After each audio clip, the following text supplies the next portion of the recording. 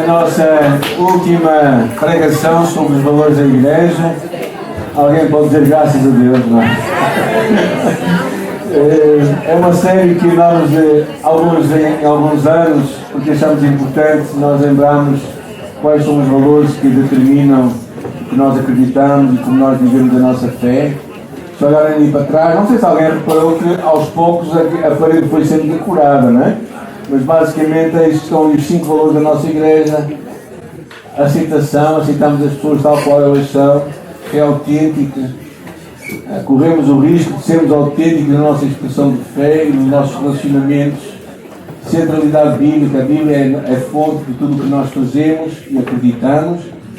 A semana passada falamos acerca de alcançar, a importância de nós levarmos a mensagem de Jesus aos outros, e hoje vamos terminar com nos envolvermos na comunidade. Temos um impacto na comunidade em que estamos inseridos, onde Deus nos colocou, para promover os valores de Jesus.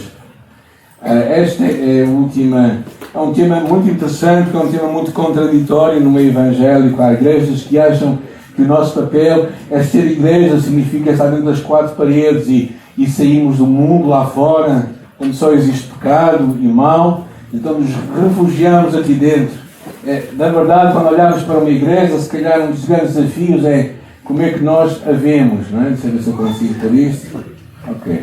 Se é como um castelo, no qual nós nos refugiamos lá dentro e impedimos que os inimigos cheguem até nós, ou se é como uma casa, onde nós convidamos os outros a chegar e nós criamos espaço para que os outros sintam realmente algo diferente. Eu acredito que isto é muito interessante, porque, e claro, há vários temas que poderíamos falar hoje. Por exemplo, deve ou não deve um cristão a igreja se envolver na política? Devemos ou não devemos estar envolvidos numa mudança social onde Deus nos coloca? Ou se calhar devemos deixar aquilo só para aqueles que são incrédulos? Será que esse Deus quer de nós? Bem, também quando pensamos na questão de nós sermos no século XVIII, começou muito um movimento chamado movimento social da igreja. Se a igreja deve ter um evangelho social, no sentido em que nós fazemos o bem e provocamos mudanças sociais. Claro, alguns deles relevam a mensagem de Jesus para segundo plano, o que aí é preocupante, mas eu acredito que há outros, nos quais eu me incluo, em que o Evangelho é uma mensagem cujo centro é Jesus e o seu amor, mas isso vai provocar mudanças sociais, porque o Evangelho também é social. Jesus agiu assim. Quando pensamos na questão da... Ora bem, não sei se eu consigo. Aí em cima, não sei se está fora do sítio, não é? Ao longo dos anos é muito interessante, porque houve muito esta ideia da igreja ser como um castelo afastado de todos. Nesta imagem eu tenho basicamente 3 hipóteses que nós damos a uma igreja. Como é que nós nos relacionamos com o mundo em que estamos inseridos? A igreja que escapa do mundo, que se refugia, que mete num canto, que se separa porque a santidade é manter-se limpa e por isso ela não tem nada a ver com o mundo lá fora. De um outro lado temos uma ideia de acomodação, enfatiza a identificação com o mundo ao ponto em que o Evangelho até fica comprometido e a santidade é trocada por conformidade cultural. E depois há uma parte ali central que eu falo da interação, que é enfatizamos a interação e o diálogo cultural. A santidade significa participar do reino redentor de Deus e restaurar todas as coisas. É muito interessante esta questão, porque quando olhamos a história da igreja ao longo dos séculos, percebemos que a igreja, quando começou um movimento no século XVIII, ela foi a grande responsável por transformações sociais, como por exemplo, leis contra a exploração do trabalho infantil, apoio ao sufrágio feminino, às mulheres poderem votar, liberdade racial. Tudo isso foi porque algumas pessoas, filhos de Deus, acreditaram que precisavam de fazer uma mudança social. Claro que também, particularmente na América Latina, começou o que se chamou naquela altura a teologia da libertação, ligado aos movimentos guerrilheiros e de esquerda na América Latina. E que depois isso era a forma que a igreja achava que devia agir para a libertação. Então encontramos estes grandes extremos, não é?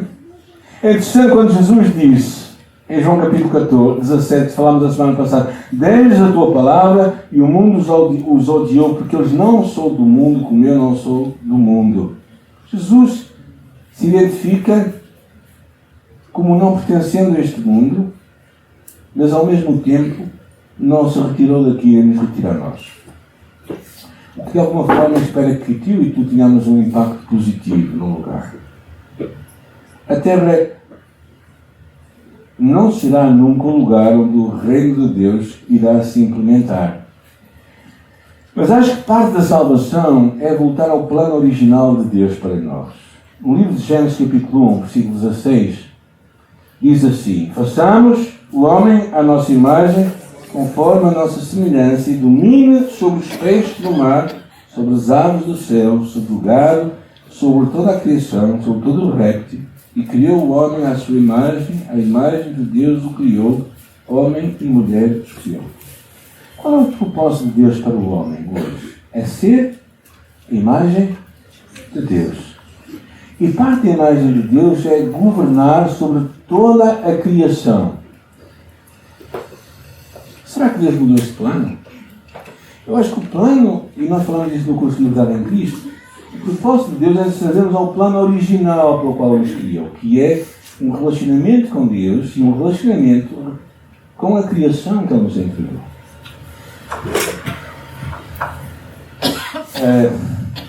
Há uma passagem que é fascinante no livro de Romanos, capítulo 8.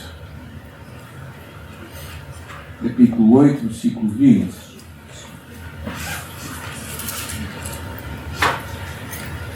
A criação ficou sujeita à inutilidade, não por sua vontade, mas por causa daquilo que a sujeitou. Ou seja, a criação, versículo 19 diz, porque a criação aguarda ansiosamente a revelação dos filhos de Deus. O que é a criação?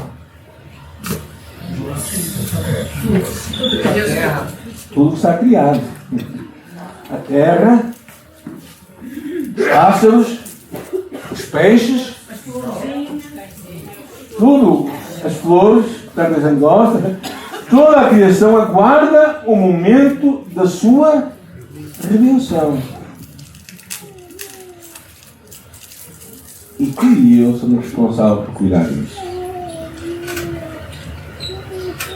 Ou seja, no encontro de Lausanne foi escrito: a evangelização mundial requer que a igreja inteira leve o evangelho inteiro ou integral para o mundo todo.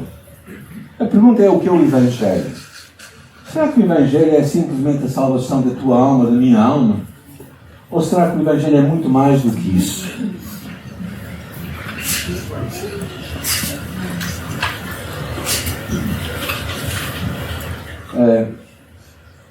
Há um homem que é chamado Aaron Kuyper, foi um primeiro-ministro na Holanda no princípio do século XX, que diz assim: não há um só centímetro em todos os domínios da vida humana sobre a qual Cristo, o Senhor, não clame ergueu.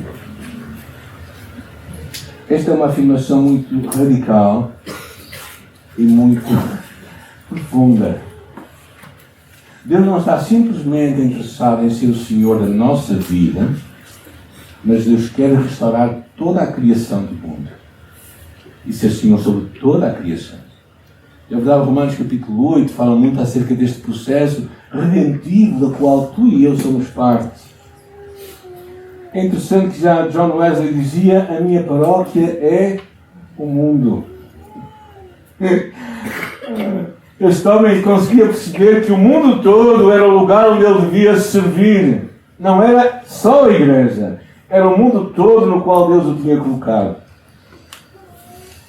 E por isso, neste último tempo tem sido muito discutido este tema: afinal, qual é a missão integral da igreja? Por que é que a igreja existe? E este foi alguns documentos da cidade do Cabo, no momento de Lausanne, em 2010. Diz assim: missão integral significa discernir, proclamar e viver a verdade bíblica de que o Evangelho é a boa nova de Deus, através da cruz e da ressurreição de Jesus Cristo, para indivíduos, para a sociedade e para a criação. Todos os três, indivíduos, sociedade e criação, estão feridos e sofrem por causa do pecado. E todos os três estão incluídos no amor redentor e na missão de Deus. Todos os três fazem parte da missão global do povo de Deus. O que é que isto quer dizer? Tem sido um tema que eu tenho nos últimos anos estudado muito, por causa dos estudos que eu fiz sobre este tema, ligado a uma universidade lá no Brasil, que é a ideia de que nós não podemos simplesmente pensar em restaurar almas de pessoas, mas em restaurar vidas e lugares onde Deus nos coloca para levarmos o reino de Deus. Não naquela ideia de que nós conseguiremos como igreja ou vamos necessariamente comprometer o que nós acreditamos. Antes, pelo contrário, vamos influenciar pela nossa presença. Porque se nós simplesmente sairmos do mundo, o que é que vai acontecer com o mundo? Vai ficar melhor? Vai ficar pior. E a ideia é que nós precisamos de pensar onde é que Deus nos coloca para influência. E é por isso que eu acho que nós precisamos de cortar esta visão grega que existe em muitos cristãos, que há a parte espiritual e há a parte física e material. E a parte espiritual é aquela parte da nossa alma e do nosso espírito, e aquela parte física, aquela outra parte que não é tão importante que é o nosso corpo. Não, nós temos que ter uma visão, uma dimensão integral da vida. Vamos falar muito disto no curso que vamos fazer juntos no mês de abril e maio. A importância de restaurarmos esta nova visão que eu acredito, que é uma visão integral. Por isso este quinto valor, que é envolvermos na comunidade. Queremos ter um impacto na comunidade em que estamos inseridos, promovendo os valores de Cristo. Por isso é que nós temos, por exemplo, a Associação Amor na nossa igreja. Por isso é que nós nos preocupamos com as pessoas que passam necessidade da nossa igreja. Por isso é que nós temos um ministério chamado CR. O CR quer celebrar a restauração. O movimento tem a ver muito com restaurar a nossa alma, os nossos relacionamentos, restaurar as coisas que nós fomos perdendo na vida, como por exemplo a imagem do nosso Pai. Por isso é que nós acreditamos que o Evangelho integral afeta toda a nossa vida. Porquê? Porque nós não podemos... Nós sabemos o quanto, se nós batermos com um martelo neste dedo, todo o corpo vai doer. E nós precisamos de pensar assim, como igreja. Há igrejas que optam por terem excelentes cultos, excelentes programas dentro da igreja, mas que se recusam a sair para o mundo. A minha visão da igreja não é essa. Eu acredito que a visão de Jesus não é essa. E quando nós, o que vamos fazer basicamente é uma caminhada rápida, não é? Sobre algumas passagens bíblicas que nos mostram como Jesus foi conscientemente de encontro à necessidade das pessoas e a uma sociedade que precisava dele. Então, por exemplo, ao pensarmos, vamos fazer esta frente, ao pensarmos nisto, pensemos em duas imagens que Jesus traz. Vós sois o sal da terra. Se o sal for insípido, com que se há de salgar? Para nada mais presta, senão para lançar fora e ser pisado pelos homens. Vós sois a luz do mundo. Não se pode esconder uma cidade edificada sobre um monte, nem se acende a candeia e se coloca debaixo do alqueire, no velador, e dá luz a todos que estão na casa, se resplandece a vossa luz diante dos homens, para que vejam as vossas boas obras e glorifiquem ao vosso Pai que está no céu. Duas imagens tão impressionantes que Jesus nos deixa, duas metáforas que ele escolheu, coisas que se usava naquela altura: o sal e lâmpada. O sal, que fala muito do impacto social que a igreja e que o discípulo de Jesus tem que estar disposto a dar. Porquê? Porque o cristão, ou a igreja, como sal, tem o papel de interromper, ou pelo menos retardar, o processo de corrupção do mundo.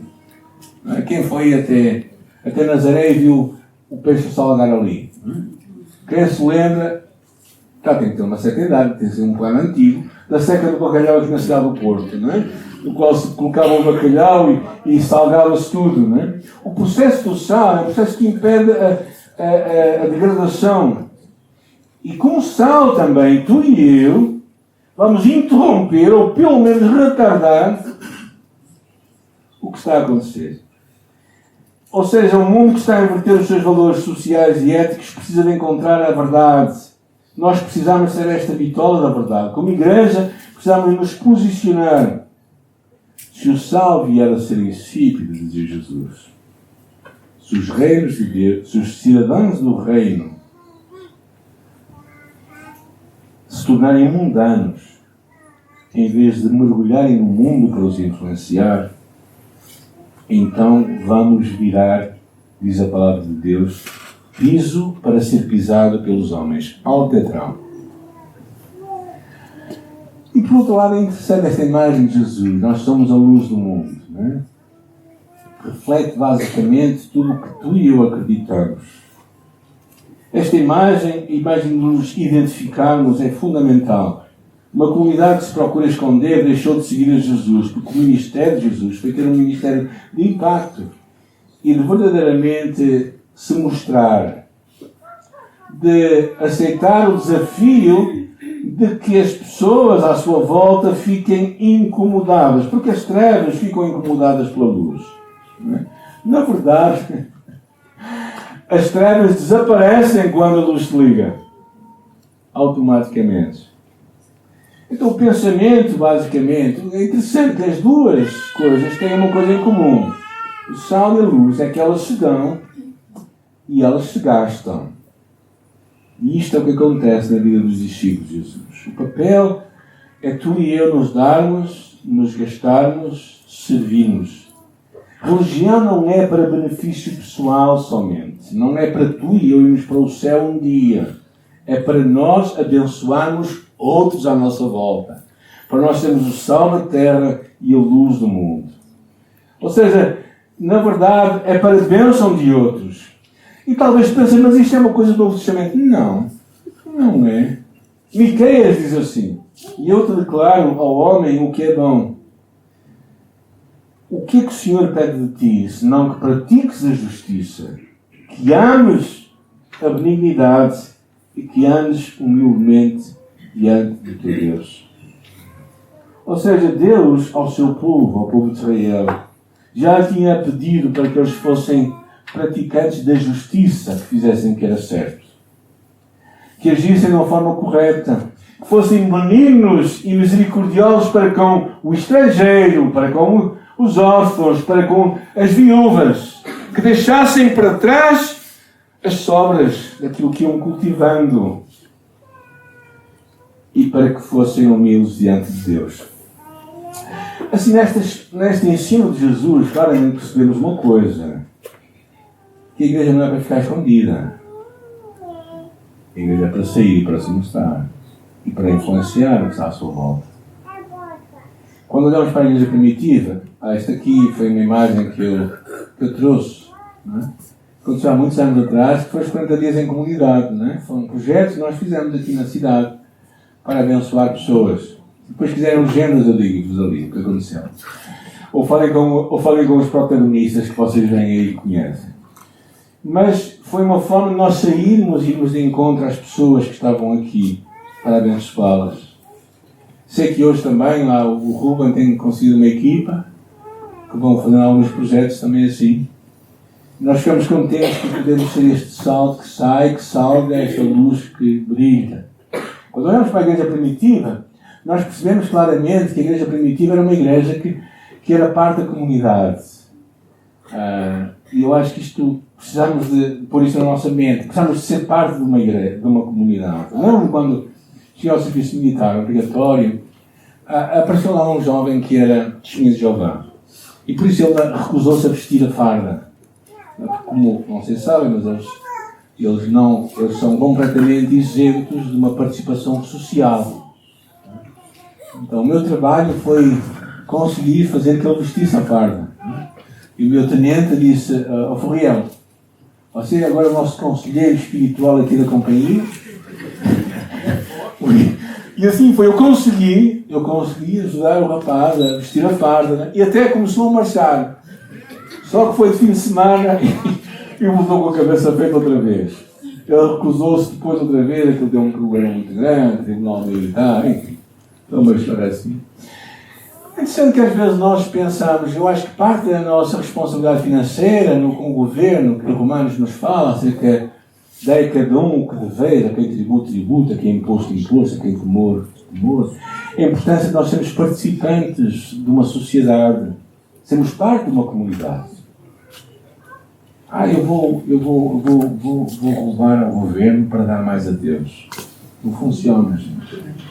Não funciona. Há pessoas que pensam assim, um bocado assim, com a mente um bocado dividida, pensam, se eu conseguia fazer isto para os meios nunca, ou melhor, os fins nunca justificam os meios. E parte da nossa responsabilidade é nós participarmos. É interessante quando nós pensamos nessa questão, por exemplo, da reforma, né? Alguns já estão preocupados, né? Não vou perguntar quem está preocupado com a reforma. Mas se vamos ter ou não vamos ter reforma, a questão tudo isso é porque há pessoas responsáveis nesse país chamado Portugal que responsavelmente contribuem para a segurança social. Uns com mais bom gosto, outros com menos bom gosto, mas pronto, mas contribuem.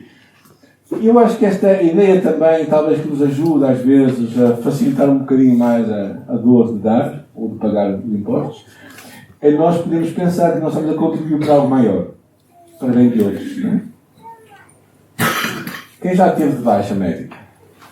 Pronto, então alguém contribuiu para vocês, e vocês também contribuíram para vocês, não é? Pronto, ou seja, esta é uma parte da responsabilidade de nós podermos... Porquê? Porque nós somos parte dessa sociedade. É interessante também isto. Vamos lá ver se isto não anda. Não anda. É atrás. Ok. Outra ideia também. Nós temos muito que falar aqui. Havia muito para falar, mas pronto. Outra ideia que eu acho que o Evangelho foi incrível, no Novo Testamento, foi a forma como ele revolucionou a questão de sexos e classes sociais. A forma como o Evangelho diz que não há homem nem mulher, nem grego, nem judeu. Ou seja, muitas diferenças foram, ainda que não pareça, não é? Algumas pessoas dizem que não gostam do apóstolo Paulo, porque acham que ele é muito machista, mas ainda que não pareça, eu acho que houve uma grande revolução quando nós percebemos o que Paulo escreveu nas suas cartas, aquilo que ele conseguiu promover de mudança social, que acreditava, quando ele fala acerca também até da questão do relacionamento entre os senhores e os escravos, há uma revolução que o Evangelho trouxe. E a Igreja foi responsável por isso. Quando nós pensamos, por exemplo, isso podemos ver naquelas cartas do apóstolo Paulo, também o que nós percebemos é a questão, um outro aspecto, além da influência, é nós abençoarmos as pessoas necessitadas. E isso percebemos claramente em Jesus. Quando olhamos para Jesus, percebemos como Jesus não passava o seu tempo com pessoas aflitas e que sofriam. Jesus, saindo, viu uma grande multidão e, possuído de íntima compaixão para com ela, curou os enfermos. E vendo, falando de uma mulher, moveu-se de íntima compaixão por ela e disse: não chores. Jesus, erguendo os olhos e vendo que grande multidão vinha ter com ele, disse a Filipe: onde compraremos pão para lhes dar de comer? Ou seja, claramente percebemos esta atitude no ministério de Jesus, um envolvimento prático no dia-a-dia das pessoas. Ele não deixou para sábado, fazer no sábado ou no domingo aquilo que era para fazer durante a semana. Ele não dividia os dias bons e os dias maus. Todos os dias eram tempos e oportunidade de abençoar pessoas. Ele nunca se isolou, nunca se afastou dos necessitados. Às vezes o afasta. Evito olhar para algumas pessoas, algumas condições. Não sei se acontece convosco.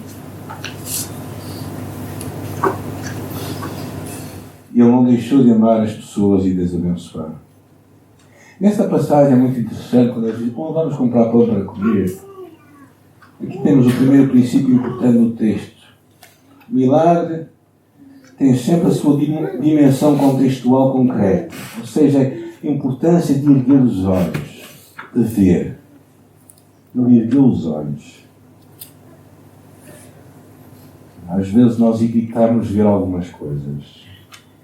Eu, pelo menos, custa-me ver algumas coisas. e mexe comigo. Nós precisamos de nos esforçar e ver para que o milagre aconteça.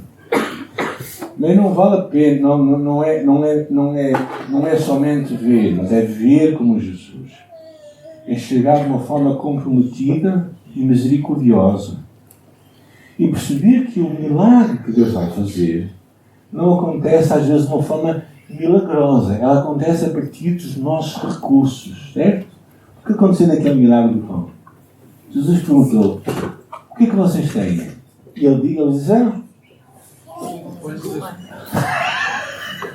5 pães e 2 peixes para uma multidão daquelas. É melhor nem dizer. Pensaríamos alguns de nós. Quando às vezes, eu lembro-me quando a nossa igreja era um pouco mais pequena, ou bastante mais pequena, eu pensava assim: o que é que Deus pode fazer através de uma igreja pequena? O que Deus vai fazer através de uma igreja grande, que se entrega completamente a Ele. E eu acredito isso, que Deus, da nossa fraqueza, Ele pode tirar a sua força, mas nós temos que estar dispostos a dar, a entregar, a pagarmos o preço, a dizermos: mas é tão pouco que nós fazemos, não importa, é pouco que nós podemos fazer. E quando nós damos o que nós temos, o milagre acontece. Eu penso muito bem em Jesus, porque eu vejo Jesus como o pastor por excelência, a igreja por excelência. Então imagino Jesus hoje aqui, né, vendo as necessidades, o que é que ele faria? Envolvia-se nelas, ia de encontro às pessoas. Ele não dizia: olha, vamos acionar aqui o mecanismo da segurança social somente para vos ajudar e eu não vou fazer nada. Não. Nós percebemos que nós temos uma parte neste caminho e não podemos fugir. É interessante nós pensarmos do programa social de Jesus. Sabem que Jesus tinha um fundo social. Como nós temos no fundo da nossa igreja, no orçamento da igreja, temos lá um item que é apoio a irmãos necessitados. Porque não se vendeu este unguento por 300 dinheiros e não se deu aos pobres. Ora, ele disse isto, não por cuidado de tirar estes pobres, está a falar de Judas, mas porque ele era ladrão e tinha a bolsa e tirava o que ali se alcançava. O que é que isto revela? Que naquela bolsa havia um lugar para ajudar os pobres. Impressionante, não é? Ou seja, não havia somente um programa missionário que Jesus tinha, mas havia um programa social de Jesus. Um programa em que Jesus... Também quando nós olhamos para a igreja primitiva, no ensino de Jesus, vamos aqui um bocadinho, deixa-nos sem palavras, quando ele disse: tive fome e deste-me de comer, tive sede e deste-me de beber, estrangeiro e hospedaste-me, estava nu e vestiste, possíveis e tais sentidos a firmar por saber. E o rei lhes dirá: em verdade vos digo, quando fizeste um destes meus pequeninos, a mim o fizeste. Isto é o sermão profético. Jesus está para voltar. Uma das perguntas que ele vai fazer à igreja, à nossa igreja, e a ti e a mim, é: o que é que tu fizeste prático por amor às pessoas que estão lá fora? Mas elas não acreditavam em ti. Esquece. Há uma responsabilidade social de todos nós. Há uma chamada para nós amarmos as pessoas. A igreja primitiva é interessante, quando nós percebemos logo a instituição dos diáconos, não é? É interessante, no final diz: constituímos por este importante negócio. Era importante cuidar das viúvas e dos pobres daquela igreja. E eles fizeram isso de uma forma intencional. Não era um trabalho de segunda categoria. Era um trabalho de primeira categoria. É interessante lá em Romanos, lemos: porque pareceu bem à Macedónia e à Acaia fazerem uma coleta para os pobres entre os santos que estão em Jerusalém.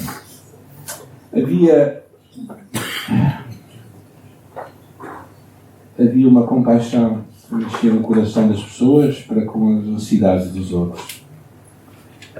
E poderíamos ler muito mais acerca disso. Gálatas diz: recomendando-nos somente que nos lembrássemos dos pobres, o que também procurei fazer com diligência. Ou seja, não é simplesmente um trabalho assistencial, mas é um trabalho também de penetração social, como vimos no princípio, e de influência social com os valores de Jesus no mundo em que nós vivemos. Na verdade, o livro de Tiago diz: a religião pura e imaculada para com Deus e Pai é esta: visitar os órfãos e as viúvas nas suas tribulações e guardar-se da corrupção do mundo. Não sei se já leram este versículo. Se não leram, acabaram de ouvir. Ou seja, este era o lema do lar evangélico. O papá do lar evangélico, aqui de Volta Maia, era o lema dele lá, que era cuidar dos mais necessitados. É interessante que o fazer o bem e o agirmos socialmente de uma forma responsável não nos inibe, antes pelo contrário, nos capacita mais a pregarmos o Evangelho. Durante uns anos atrás, houve um movimento da Igreja Evangélica que achava-se que quando nós fazemos o bem é escusado de nós pregarmos o Evangelho. Mas não. O Evangelho tem uma palavra, e essa palavra é Jesus Cristo. E nós não podemos simplesmente levar e fazer estes atos de amor e de misericórdia e nos escusarmos e não pregarmos a mensagem que é Jesus Cristo. Na verdade, eu acho que isto nos dá ainda mais autoridade quando nós falamos de Jesus. Quando nós vivemos o Evangelho.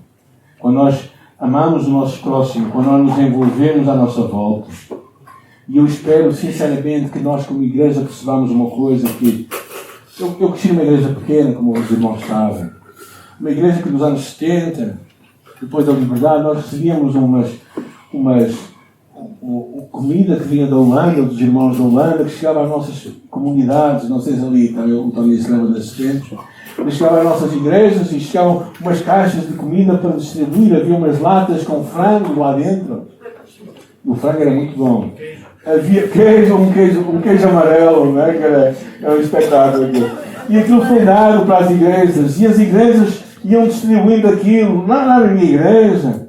E meus próprios familiares, né, começaram-se a queixar. Ai não, isto não é para dar aos outros, é para dar para nós.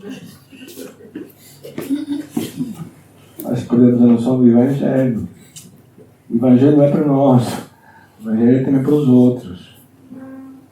E nós precisamos de ter esta visão. Ter esta visão que Cristo nos chama a nos envolver na sociedade. Se Deus te chama a ser alguém que se envolve num